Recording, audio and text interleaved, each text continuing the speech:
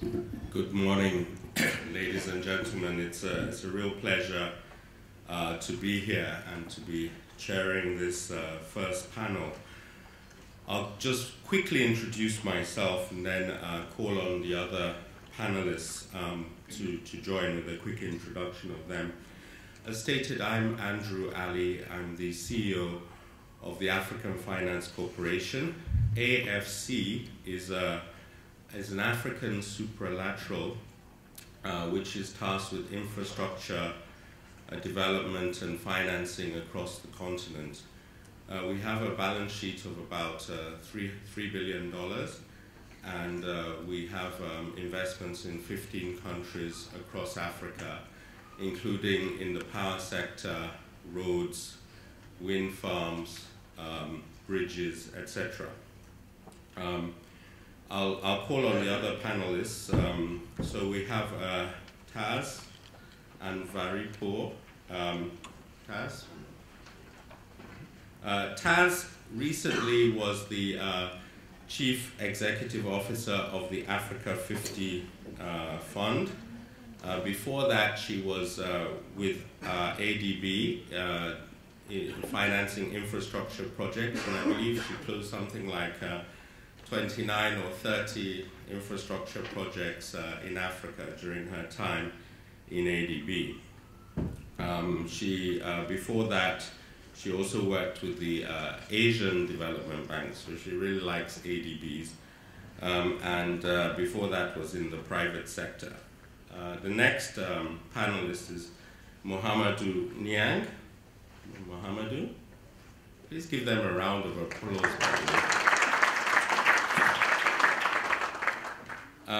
Mohamedou now works for Meridiam Infrastructure. He's the managing director for Africa. Meridiam is a large investor in infrastructure projects. Before that, he's had a very full career working with the African Development Bank, and prior to that, the ISDB, the Islamic Development Bank, and also AFC. Catherine Baragona is a senior infrastructure finance specialist with the World Bank Group. She works with the Financial Solutions Group, which provides guarantees, amongst other things, so the famous PRG, although I think I'm not supposed to mention that. Before that, Catherine is a UK solicitor who, before joining the World Bank 5 years ago, has had many years of experience in the private sector. Last but no means least is Elvira Uerlings. Sorry, I should have asked for how to pronounce his name. Elvira is the director of the energy department at FMO. Both FMO and AFC, my organization, collaborate to set up a $15 million PD facility. So we're very pleased with our partners there.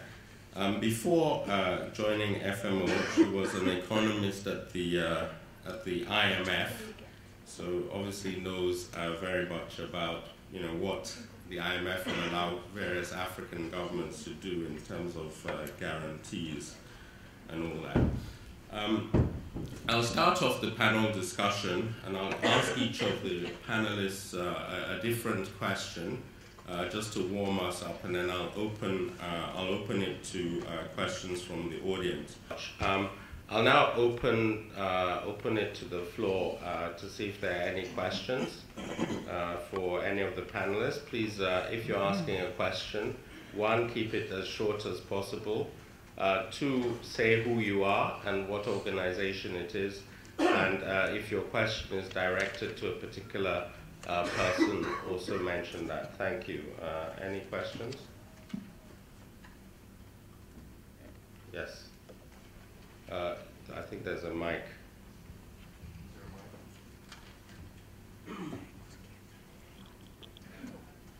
I'm James Leighlin with the Private Infrastructure Development Group. It's a question for Taz, really, about Africa 50. As I understand it, Africa 50 is going to be targeting a single A credit rating or something like that so that it can borrow money to finance its operations. Do you really think that Africa 50 is going to be able to recover enough of its project preparation costs from closed deals to maintain that kind of credit rating?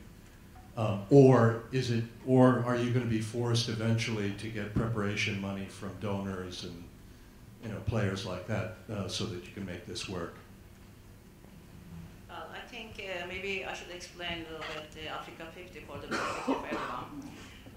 First of all, when we start designing and even thinking about creating Africa 50, we looked at all the other preparation facilities, but also all other financing facilities available for Africa. So I think there's a little bit misunderstanding about Africa 50. Africa 50 is a one-stop shop. It's a platform with two companies. The first company is going to focus on project development with the pure commercial approach. Obviously, there will be many projects Africa 50 will not be able to do. Those are going to be done by African Development Bank and other MDBs because they are going to be the public sector projects. But the one we will be taking over, they are going to have potential of commercial viability, and we can take them to the bankability.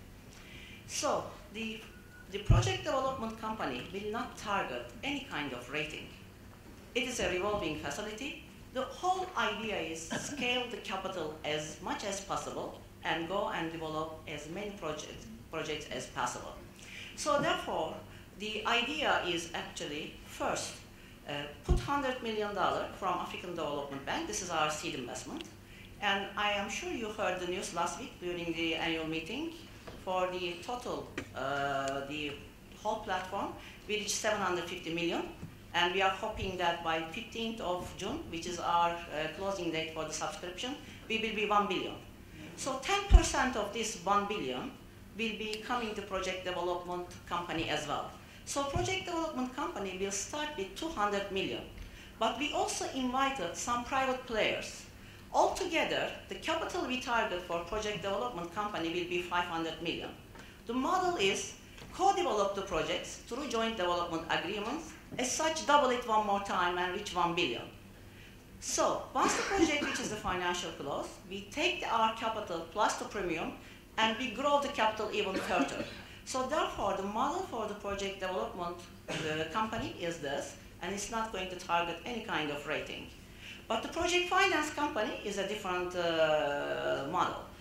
We also looked at all the project financing available in Africa. We also draw the experience from our 49 projects in the last 7 years. They are all PPPs and IPPs, or privately financed projects.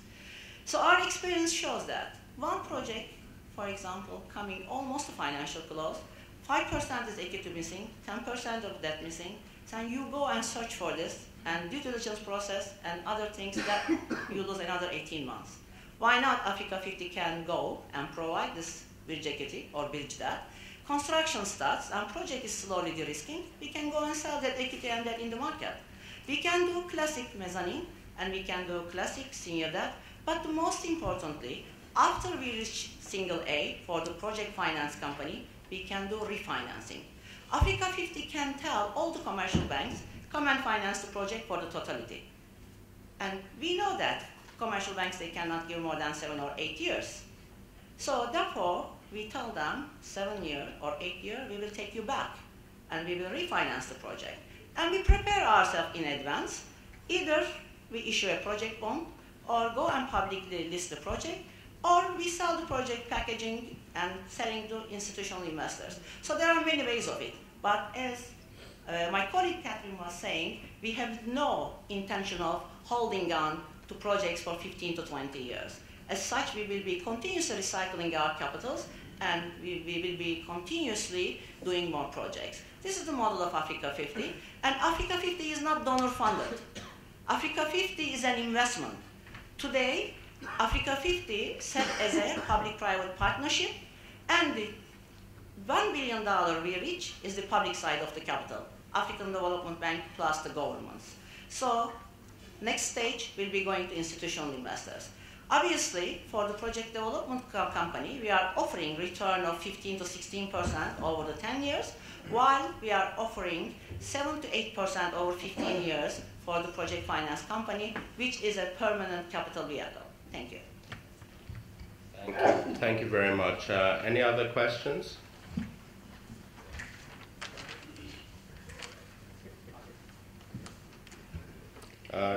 Let's hear Bruno and then, okay, sorry, this gentleman, then Bruno.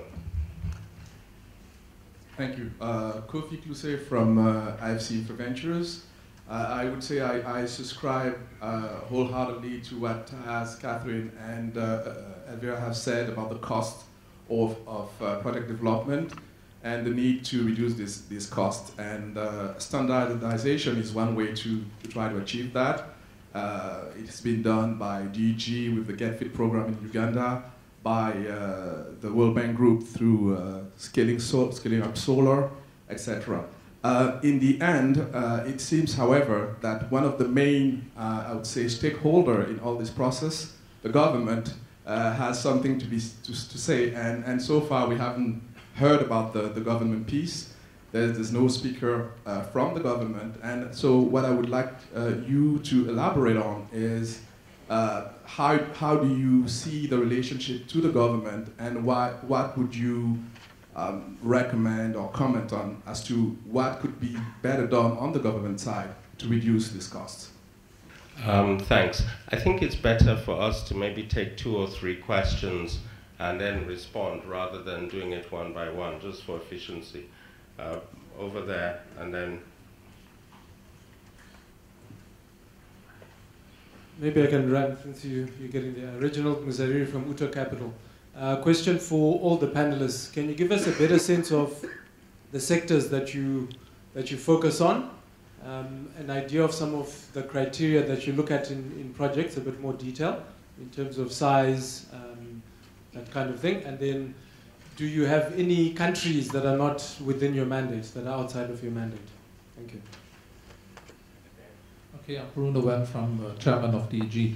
I have a question to Catherine. I listened very carefully to you, and I fully recommend and appreciate also very much that the multilateral development banks are trying to collaborate much more. But then the question is, in order to find a sustainable solution, the question then to the multilateral development banks are in how far they are also prepared to work more closely together with the bilaterals. Since Elvira is also representing European Development Finance Institute, I think we have a lot what we can provide in terms of complementarity. And then the question is in how far the multilateral development banks are also prepared to explore much more a closer collaboration with the bilaterals. Okay, thank you. And maybe I can, I'm not quite sure how to do this, but maybe we can ask Taz to take the first question on governments. Okay, suddenly I found myself in this stage, but it's okay. No, you're the one who's been dealing with governments most recently. Yes, if you're able to squeeze 750 out of them. Yes, so. Yes. No, actually, I think we all agreed that infrastructure is the main bottleneck in Africa we should deal together. And when we start designing Africa 50, we know that if you are going to attract institutional investors from all over the world to scale your capital to a level of 3-4 billion, you have to have a substantial amount of political commitment from African governments. So we manage that. I mean, African Development Bank put up to 500 million, but then we raised 750 million from the governments. We didn't have to really put our 500 million as a total amount, so we are just going to use like around 150 million from our resources. So the mentality is changing rapidly at the government level, everywhere, in every country. I mean, recently I've been traveling a number of times to all countries in Africa. People, they have different kind of view and different kind of approach to infrastructure development, and they are prepared to do whatever is necessary to to go around those bottlenecks and those issues. I mean, up to today, in the past, what we were doing, we were dealing with those issues project by project basis. They also see this is time consuming and also costly. So there is a huge interest from the government side to change this landscape of regulatory environmental work. But having said that, obviously we can help them with a number of things as a development finance institution. I work in Senegal and I closed 4 projects. I was very impressed with APIC's one-stop shop. Once you go to Senegal, if you are going to work on a project, you have one institution to deal. You don't go to 200 doors to go through this license, registration, and other relevant issues. So can we create more APICs in the continent? Or can we make APICs, at least for the West Africa regional institution, to help other governments to create a one-stop shop? As such, investors, they don't go to many places and they can do whatever they need to do in a much more shorter time, and they save also cost. So I think we should also hold their hands and then focus on these issues a little bit more. But I think Catherine is in a better situation than me to answer this question. Well, Catherine, perhaps you can answer Bruno's question, and I'll also ask Elvira to jump in on that. But please try and keep your responses as brief as possible so we can get more interaction. One word, collaboration. It's such a simple word, but it's so difficult to achieve. If you ask anyone, do you want to collaborate? Of course we do. But then you get down into the personalities involved in the transaction, the personalities in the institution, and frankly, we have to get over ourselves sometimes. It's very nice to think we're going to collaborate. You say, how far do we want to go? We want to go all the way to a successful financial close. Do we trip over ourselves? Yes, sometimes we do. And I mentioned the One World Bank group, and I see Alain there. We have struggled to address the differences amongst our own institutions. We get there, but it's a learning process. We have environmental and social constraints. We have differences in how we implement those. We have procurement constraints.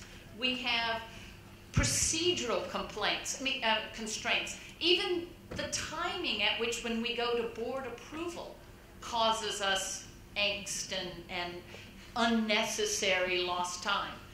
Imagine extrapolating that out beyond one institution that has one board, that has one CFO. It becomes even more complicated. We're trying. We want to do better. We're trying to work with Africa 50. The bank, as does FMO, as does Africa 50, have its new platform, the Global Infrastructure Facility for Collaboration. It seems to be the new buzzword, and hopefully we can get over this concept that we have competition amongst the bilateral agencies, the regional banks, the different institutions. I'm just going to close with saying it's a significant problem, and it comes up. I was working in Mauritania on the Banda transaction, and the government said to me, well, you're in competition with African Development Bank and Islamic Development Bank to be able to offer the guarantees to the Banda project. To which I was stunned to say, I never heard of being in competition to be the lender of last resort. But there you have it. Our competition is also detrimental to governments. Not only is it hindering what projects can move forward with private development, but I want to say that it's also, we're recognizing it's a hindrance to governments and their ability to develop capacity. So if you can help us develop a closer relationship, we all are open to that. Thank you. Elvira? Thank you. Well, I couldn't agree more with my previous speakers that it seems to be that we are at the crossroads, that we need to step up. The buzzword also seems to be one-stop shop. And of course, working together better. What we have seen within FMO is that there does not seem to be not sufficient liquidity out there. What seems to be lacking is the highest risk capital not being readily available. We see developers that need assistance to go through all phases. And we see many, many financiers around the table with wish lists and advisors, legal advisors, independent experts that all have there are demands on the table. And I think there are some faces around here that can confess and justify how difficult it is to reach financial close on transactions like Azura or SemPower. So we need to draw lessons from that. And what we have initiated within FMO next to our regular project finance work is that we need to tackle those challenges and bring them all together. And what we are doing now is setting up a fund that combines three elements, that combines the development stage, the construction stage, and the refinancing stage. And what we like to set up is a vehicle that helps and partners with developers in an early stage, that both the fund that will be managed by FMO and commercial fund manager to help developers to pick up that development cost bill and make it through that whole critical first stage. Then guide the developer through the construction phase and sort of cut out all these negotiations with all these financiers around the table and make a check, an equity check that takes up 3/4 of the total project cost, next to a sponsor that would take up the remaining part.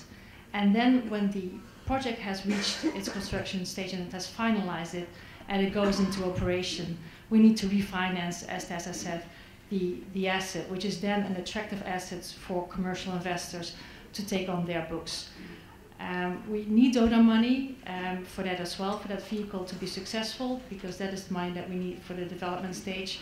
We have already commitments from the Dutch and the UK government for half of the amount that is needed.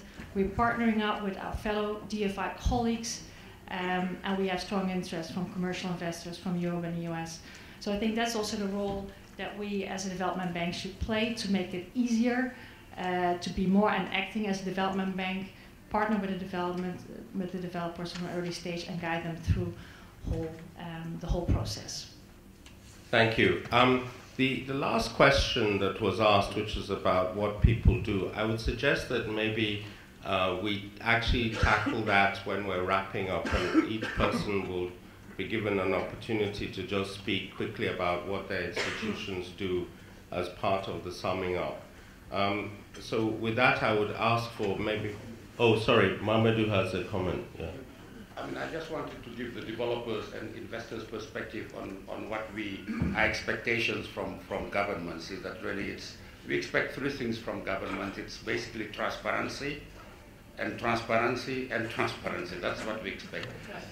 I mean, if you take the examples of Morocco in their renewable energy program, Nigeria, where there were issues on several other areas, but you look at the energy sector or what happened recently in the privatization program for the electricity, these things are, or in South Africa, these things are successful, or these initiatives are successful because there's a high degree of transparency in how these transactions are allocated. I'm appalled by the number of government where we go to a country and there is a very important transaction or project that the government wants to put forward, but you don't have a clue whom you'll be speaking to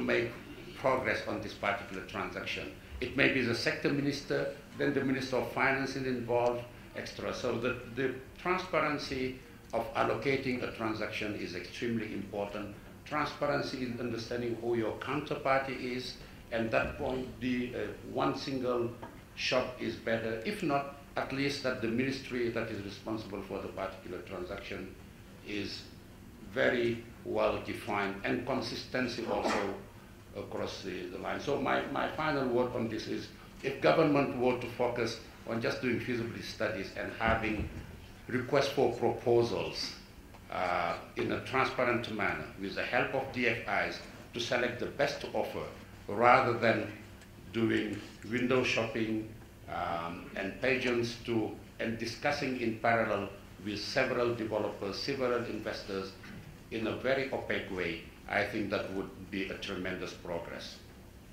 Thank you. We'll take 2 more questions from the floor, respond to them, and then wrap up. So questions, please. Oh, there's one over there. And any other ones? Thanks. My name is Peter Williams. I'm a non-executive director of Transnet, but I'm also a lawyer, and I'm here. The question is in the latter capacity. a lot of my clients that come to me, they've got problems accessing finance to fund your initial stages, to take a project to bankability. And if you look at the DFIs, your development finance institutions, very often, they're government owned, there's all kinds of bureaucracy. Very often they will lead you to lose the project because of the time it takes for them to work on it. But also, there's also other kinds of constraints. There's limitations on the type of projects that they fund and things like that, even in South Africa. So I think that the private sector needs to come to the party, in a bigger way, where projects are concerned, to take it to bankability, to take it to feasibility stage. Yeah? As far as the governments are concerned, I mean, there's all kinds of other constraints as well. I think someone's expressed the wish that the governments can play a bigger role. I mean, I don't think that's going to happen. Yeah? Yeah, but the issue is the private sector, they need to come to the party more stronger. Thanks. There's a lady over there. I don't think we've had any ladies with comments or questions, so please. Thank you. My name is Rosalind Thomas. I'm the CEO of a sponsor company that is actually involved in a private build of a telecoms project. Now, I've been hearing a lot from all the panelists about project development costs or project development facilities that are available, it seems, for PPPs or government-sponsored projects. But as a prime, I think taking off from this gentleman that just spoke now, there is a huge challenge for privately sponsored projects that have no government element and trying to get access to early stage funding. And venture capital in Africa does not exist, not even in South Africa. It's very hard to access and find it. So usually one uses angel finance, or you're using your own financing, or you're going offshore to look for venture capital. So when you speak to the DFIs, it's very hard to access any of the project development funds for the early stage work that you need to do on a project that is actually eminently bankable. And my project, for example, we know that it's bankable because we've done all the feasibility study, we've done the traffic study and everything. But trying to access funding to meet some of the needs that you need is a challenge. And you find that you go to the DFIs, and the DFIs are saying to you, well, if there's no government interest, they're not interested. So what do we do as a private developer? I should come and speak to AFC, but I'll throw that question open to other people. That one last question, so let's take that and then. Sorry, this is just to add on to what was being discussed now. My name is Sunil Kapoor, and I represent Tata Power for Africa. I just want to ask the panelists about the risk appetite of the DFIs. And is there any risk appetite? Because what we find is everything gets pushed on to the private investor. And till the project is, completely and utterly bankable to the last dot, and till the lawyers have squeezed every last sort of drop of blood from us, we don't find we can access any of the DFI funding whatsoever. So, and the projects, for instance, which are eminently bankable, never, their risk collapse before they actually get any funding. So can the panelists please talk about that part? Excellent. Okay, what I will do is, in the interest of time, we'll just start from the far end with Elvira and work our way back. I think a lot of those questions were actually pretty closely related, and so I would suggest that each panelist sort of comment in the way they would like about those questions, but also use it to sum up and address the other question that came from the middle of the room in terms of what they do, what sectors they may be interested, etc. Now, also in the interest of time, I would ask each of us to keep it as short as possible as well. So, Elvira. Okay, let me be brief. So we are active in all kinds of sectors. Our focus sectors are the financial institutions, the energy sector, and the agribusiness. Going back to the other questions and also the last one posed by Sunil, I think it's a fair comment. we need to reevaluate ourselves as well. We have risk appetite, that's our mandate. It's our mandate to make sure that private sector spurs economic growth in developing countries. It also means that we have to be more actively involved in those early stages. As I said, we have the means available, so there is access to financing within the development financial institutions to support developers in the early stage. But I think it's a fair comment that we also should always continuously look at when the time is right also for us to step in to disburse, and not when all the boxes are ticked, but also have a clear view on where the project stands, where the risks are, and take it from there. So I think it's a fair comment, and something that we need to work on as development finance institutions as well ourselves. I agree. Okay, I'm going to answer that from the perspective of the IBRD. And unfortunately, IBRD and IDA can only become involved in those projects that are considered significant from the government perspective. So if you are out there developing a project and it's not considered to be part of the government's strategic vision, or the government doesn't request that the IBRD or IDA support that, either with lending or with guarantees, we pretty much have our hands tied. That's different than other members of the World Bank Group, such as IFC or MEGA. They are available to assist in projects in ways that could assist that. But you're right, there's a lot of processes, there's a lot of risk evaluation that one could question whether sometimes DFIs have forgotten that D meant developmental. I think it's just one of the things that has to be addressed and is being addressed, but very small. We are very interested in ways that you think that projects could get greater government support, and we would be happy to explore those with you. But somewhat, I mean, it's to say is that the World Bank's hands are tied, because without the government request, we can't come into a project. The World Bank Group, everyone knows, is interested in all sectors. Guarantees are primarily deployed in areas of infrastructure. So it has to be an infrastructure project that has a governmental interest and a request to deploy support for development of the sector. Hamidou? Thank you. I'll address very briefly the early development and then the finance. On the early development, to the risk of being a little bit controversial, my personal view is that it's not really up to the private sector to decide which infrastructure transactions are key to a certain country and should be developed, and then spend time and money and resources in them and seek early stage money to develop them. And I think that becomes confusing to a lot of government. I honestly feel that is the role of governments with their development partners.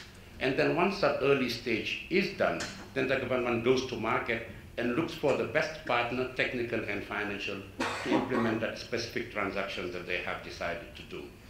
That's at Meridian we advocate for, I mean, we would be very happy of all African countries, the 54, were only allocating all of their PPPs through international competitive bidding. We will not win all of them, we will win a few, but we'll be happy with the few.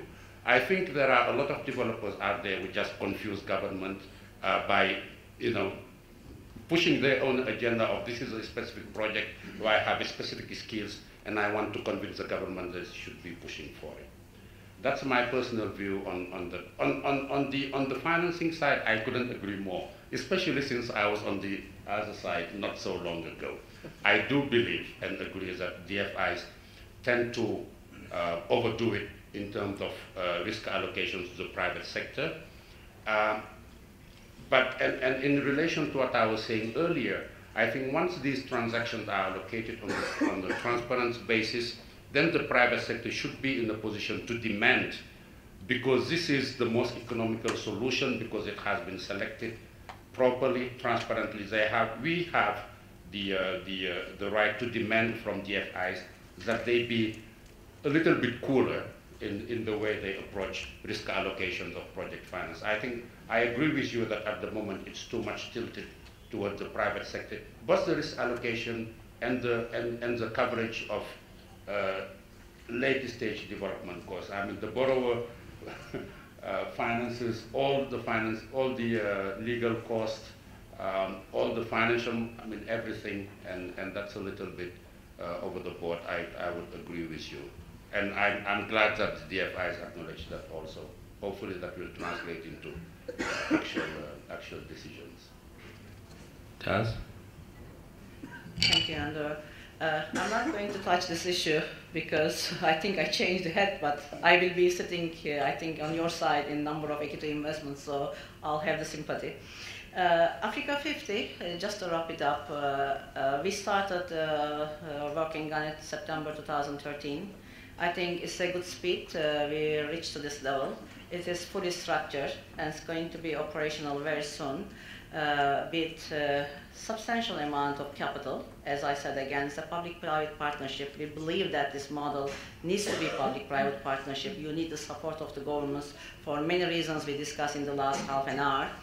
And next step will be delivering the first 2-3 projects immediately from the Project Finance Corporation.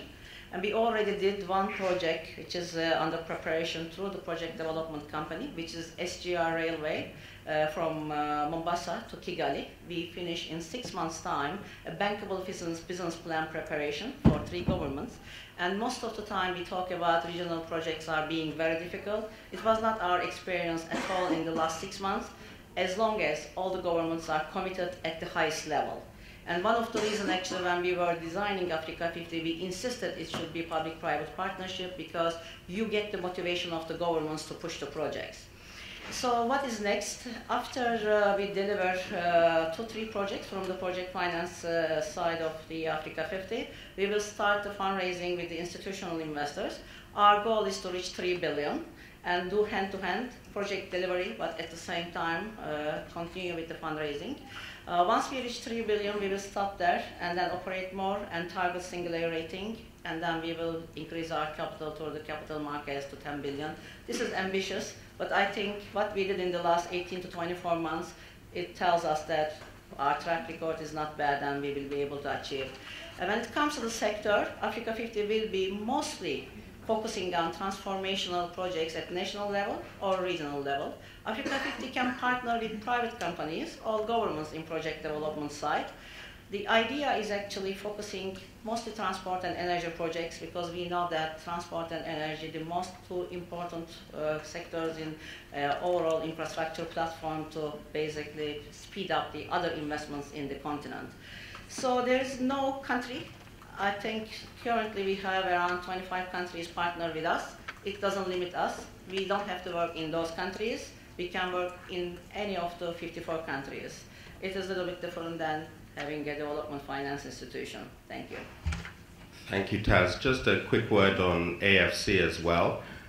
We work in 5 sectors: power, transportation, telecoms, natural resources, and heavy industry. We have an in-house development capacity.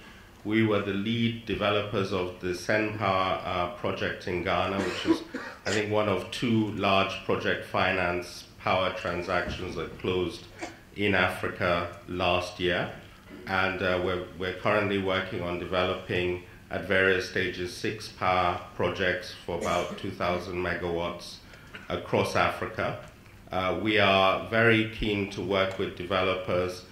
We have a project development facility jointly with FMO, and we have additional funds that we can use for that. Our risk appetite really depends on the project and the stage of development, and thus, I think it's best to talk to us if you've got any projects. 2 last points. I think the point on financing, it's a very important point. Moody's did a study where they looked at project finance deals across the world over a 27-year period. And they found that actually African projects had the lowest default rate. This, I think, doesn't speak to how low risk Africa is. We all work in Africa. But I think it speaks to how over-engineered projects in Africa tend to be compared with other places. And thus, I think, we need to think about the models under which we finance these projects. We worked on Sen Power. There's a project Zura that's coming up in Nigeria, and various other projects. These projects are so complicated, there's so many bells and whistles, that frankly you can't, I believe, move the dial in terms of power in Africa simply using those projects. So we need to think about different models, and we need to think about how we do project development and how the project developers interact with the financiers. And for that reason, one of the things that we at AFC want to do, and which I'd like to announce here, is that we actually want to convene all the various parties that are involved and interested in project development and start to work on common standards and guidelines. So for example, how much is acceptable to charge as development fees? Right now it seems to be a rather random discussion between the banks and the developers. If there are some common guidelines around that people can work to, it also brings some transparency and visibility in terms of what you can expect and how much you can get out of it. What can you do with those development fees once you've earned them, etc., etc. So what we think would be very helpful would be some kind of association, rather like AFCA in private equity. That's the African Venture Capital Association. And we would like to, sometime this year, bring together interested parties to start having those discussions. Anyway, on that note, I would like to ask you to thank our panelists for such interesting interventions. Thank you very much. Doing business in Africa. You can't afford to be without Africa Investor.